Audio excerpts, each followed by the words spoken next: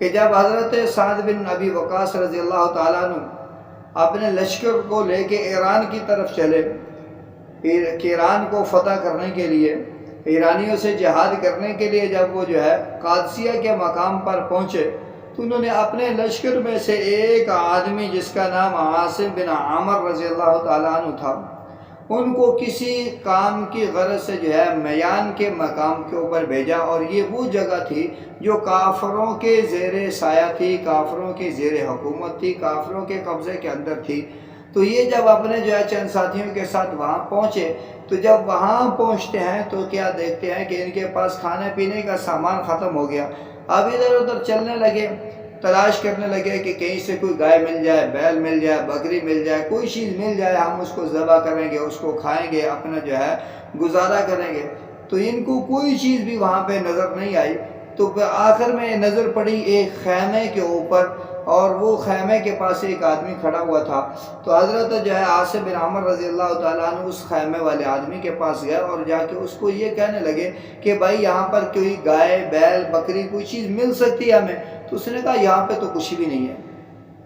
یہاں پہ تو کچھ بھی نہیں ہے۔ تو حضرت عاصم بن عامر رضی اللہ تعالیٰ عنہ پریشان ہوئے، اور ابھی واپس مڑنے ہی لگے تھے کہ خیمے کے اندر سے آواز آئی کہ یہ اللہ کا دشمن جھوٹ بولتا ہے، ہم یہاں پہ موجود ہیں۔ حضرت عاصم بن عامر رضی اللہ تعالیٰ عنہ کے کانوں میں جب یہ آواز گونجی تو فوراً خیمے کے اندر داخل ہوئے۔ کیا دیکھتے ہیں کہ وہاں پر بہت ساری گائے اور بیل اس خیمے کے اندر موجود ہیں، اور ادھر ادھر دیکھا تو کوئی آدمی بھی وہاں پر موجود نہیں تھا۔ تو پتہ چلا کہ یہ آواز دینے والے یہی جانور تھے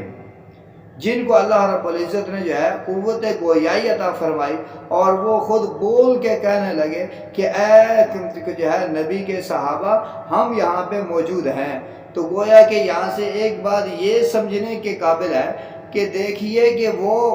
جانور کو بھی اتنی اللہ نے شعور دے دیا، عقل دے دیا کہ وہ بھی یہ سمجھتے ہیں کہ اگر ہمیں ذبح کر کے محمد کریم کے صحابہ وہ کھا لیں اور ہم نبی کے صحابہ کی غذا بن جائے تو یہ ہمارے لیے سعادت کی بات ہے۔ تبھی تو انہوں نے آواز دے کے کہا کہ یہ اللہ کا دشمن جھوٹ بولتا ہے، ہم یہاں پہ موجود ہیں۔ تو حضرت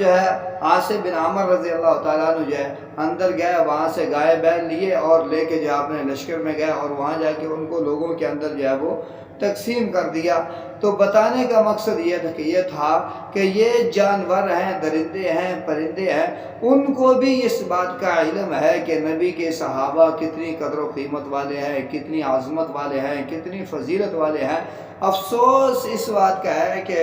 جانوروں کو بھی پتہ ہے اس بات کا، نبی کے صحابہ کی عزت، عظمت اور فضیلت کا، درندوں کو پتہ ہے، پرندوں کو پتہ ہے، چرندوں کو پتہ ہے۔ اسی لیے تو صحابہ کرام رضوان اللہ تعالیٰ علیہ مجمعین میں سے ابن عمر رضی اللہ تعالیٰ عنہ کا واقعہ لکھا ہے نا کہ شیر راستہ روک کے بیٹھا ہوا تھا، اس کے کان میں جا کے یہ کہا کہ میں محمد رسول اللہ صلی اللہ علیہ وسلم کا غلام ہوں، اور اس کو کان سے پکڑ کے راستے سے ہٹا دیا۔ شیر بھی پہچان گیا کہ یہ نبی صلی اللہ علیہ وسلم کا وہ خادم ہے، نبی کا غلام ہے، اور مجھے اس کی بات کو موڑنا نہیں ہے، اس کی بات کو مجھے ماننا ہے، کیونکہ یہ بہت عزت عظمت والی شخصیت ہے۔ اور اسی طرح افریقہ کے جنگل کا واقعہ تو بہت مشہور و معروف ہے کہ انہوں نے کہا، صحابہ نے جا کے یہ کہا تھا کہ ہم محمد رسول اللہ صلی اللہ علیہ وسلم کے صحابہ ہیں، ہم یہاں پہ کچھ دیر کے لیے ٹھہرنا چاہتے ہیں، تم جنگل خالی کر دو۔ تو سب کے سب جانور درندے، پرندے، چرندے جنگل کو خالی کر کے چلے گئے،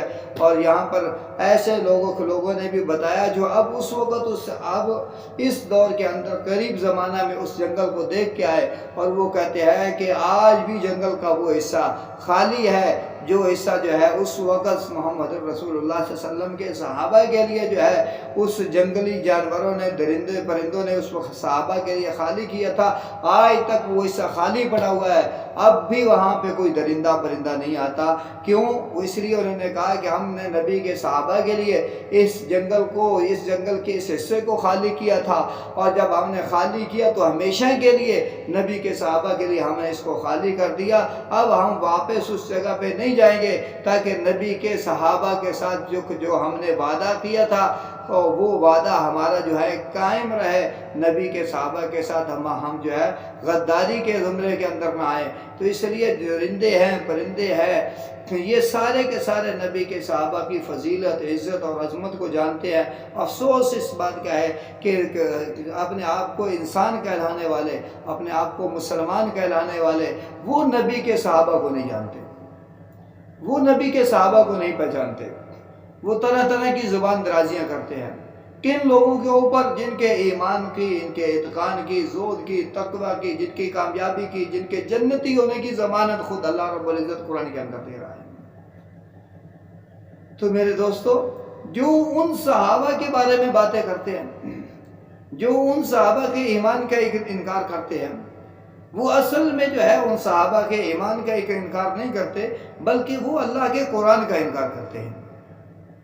اور جو اللہ کے قرآن کی ایک زبر زیر اور ایک نقطے کا بھی جو ہے انکار کر دے، اس کو وہ کس زمرے میں آتا ہے؟